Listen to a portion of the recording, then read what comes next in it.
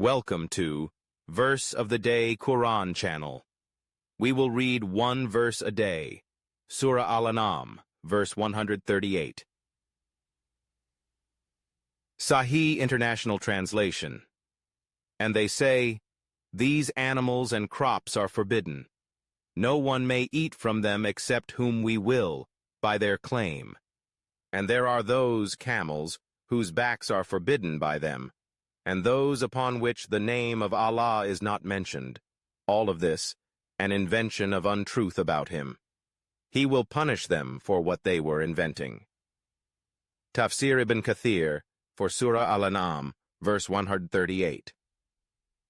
In this verse, Allah is referring to the superstitions and false practices that the pagans of Makkah had introduced into their religion.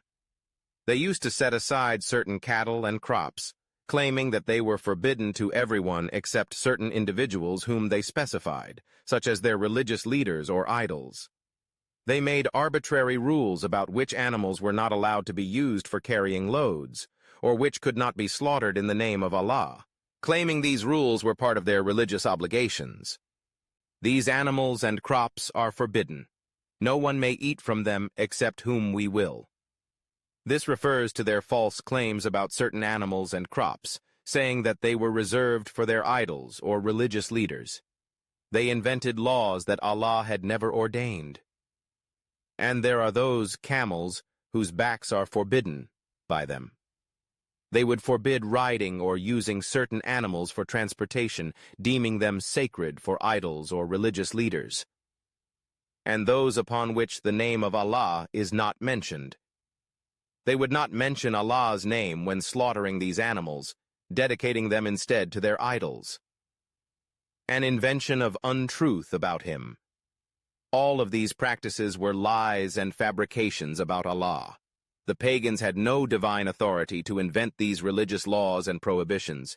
He will punish them for what they were inventing. Allah warns that He will punish them for creating these false practices and attributing them to Him. Their lies would lead them to severe consequences in the hereafter. This verse emphasizes the concept that people should not invent religious rules and attribute them to Allah without any evidence from divine revelation. If you found this explanation enlightening, consider sharing it with others and subscribing for more insights into the Quran. May Allah guide us all to the light of faith and knowledge.